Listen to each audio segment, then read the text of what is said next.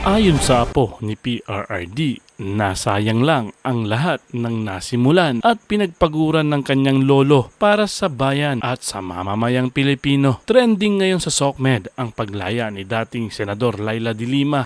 Tuwang-tuwa ngayon ang mga dilawan at nagsagawa pa nga ng press con ang mga ito. Kung matatandaan ay nauna nang naabsuelto si Maria Ressa at ngayon naman ay si Laila de Lima. Matatandaang todo effort si FPRD kontra droga noon na kahit sino ay hindi nito inuurungan. Nasa pwesto man ito o hindi, anyari na daw sa Pilipinas. Ngiting tagumpay na ang mga dilawan at unti-unti na silang bumabalik. Ayon sa mga netizens ay babalik na naman sa dati ang Pilipinas. Nakakalungkot raw dahil nabudol lang daw tayo ng mga pulahan. Dapat nga bang isisi sa Marcos administration ang pagkakalaya ni Laila de Lima? Just comment down below. Sinabi ko na rin sa iyo sa mga vlog ko na pakakawalan talaga si De Lima. Sino ba si De Lima? Okay? Nakita nyo naman kung anong ginawa niya. Ang nakipagsabwatan sa mga drug lords, sa mga sumira ng kinabukasan ng inang bayan, sumira sa kinabukasan ng mga kabataan, hindi naman siya kinulong dahil trip-trip lang. Alright? Hindi naman siya napunta dyan sa, sabi ni Nier Otoman, gagamitin yan si De Lima para laban kay PRRD. Exactly palangga. So, hindi naman nakulong si De Lima dahil ginipit lang siya. Hindi naman katulad ni ginawa ni Lisa Smugs na ngayon na magtatatakot-takot sa mga vlogger. Hindi naman ganun dahil nag-criticize siya. Si De Lima kaya kinulong dahil kasabwat ang mga sindikato. At ngayon, magkakasabwat na sila ngayon ng sindikato ni Ahas at ni Kuting. Pero ang ulo talaga niyan, mga palangga, ay si Lisa Ahas Araneta. Kasi hindi natin na-anticipate. Hindi ko to inisip. Alam mo, pinagtagni-tagni ko na lang yung pangyayari kung bakit ganito. Higanti ito ni Lisa kay Pangulong Duterte. Bakit higanti?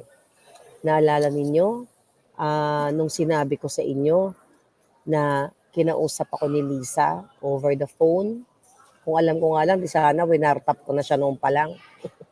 Diba, na i-push si Kuting, si Marcos Jr. para i-appoint ni Pangulong Duterte sa Department of Agriculture. Okay? Pero never in-appoint si Marcos Jr. Kasi alam pala ni Pangulong Duterte na ang gagawin pala ni Marcos Jr. at alam pala ng Pangulong Duterte na si Lisa Ahas ay ka-business partner ang mga smugglers. Yung pala yun, yung time na yun na panahon ni Duterte ay pinupush talaga ni Liza. Not only sa akin, sa iba pa nilang kakilala na during the time na sa Duterte administration na ma-appoint si Kuting kasi nga hindi naman, ayon kay Lisa Smugs, hindi naman nakakaapekto yung electoral protest na inilalaban ni Kuting Marcos Jr. as Vice President. Okay? So ngayon, mga palangga, ang ano dito, ano ang dapat malaman ng taong bayan? Na binudol talaga, okay? Binudol talaga ang mga Pilipino. And of course, Duterte supporters, and of course si Sara. Kasi ang intention pala talaga, okay, ni Liza ay maghiganti kay Duterte at palalayain niya ang mga taong nakulong during the time ni Duterte. Dahil nga, ano ba, bakit nakulong yung mga ito? Particularly si De Lima. Dahil nga kasabwat sa mga illegal na droga.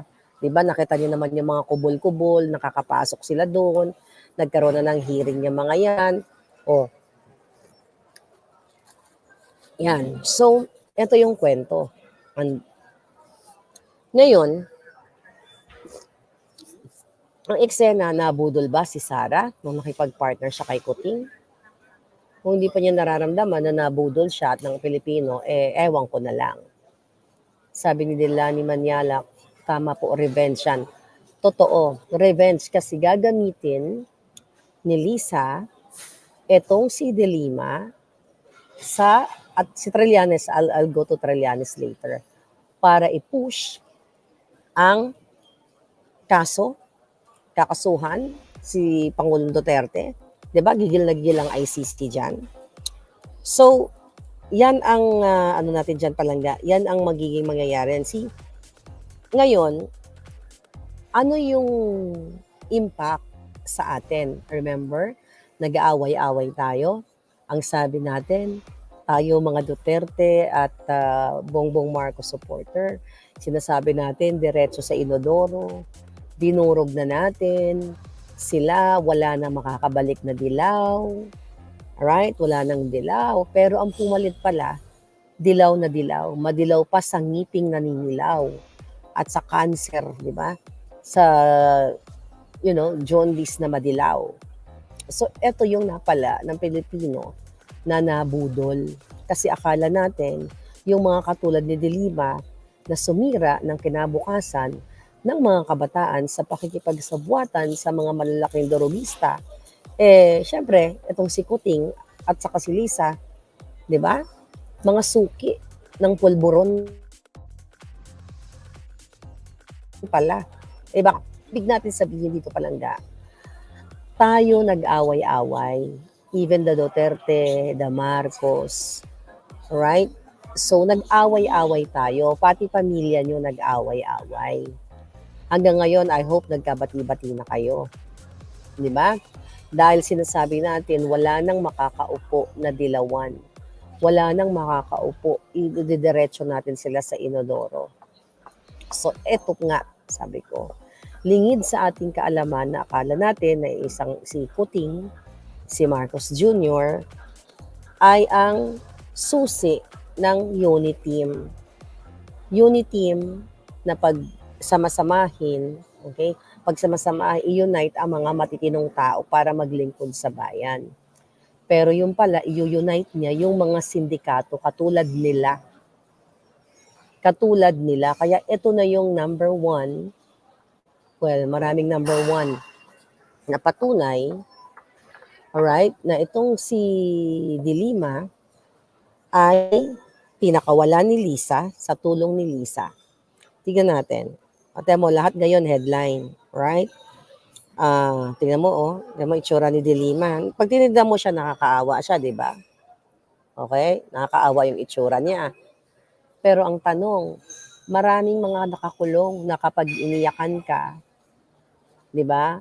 Actually, dyan magagaling yung mga sindikato, yung mga mangingitil ng buhay. Kapag nasusukol, akala mo kawawang-kawawa sila. Pero kung bubuksan ninyo, idadissect ninyo ang kanilang pagkatao at kanilang ginawa, yung sinira nilang buhay o kinitil nilang buhay, di ba?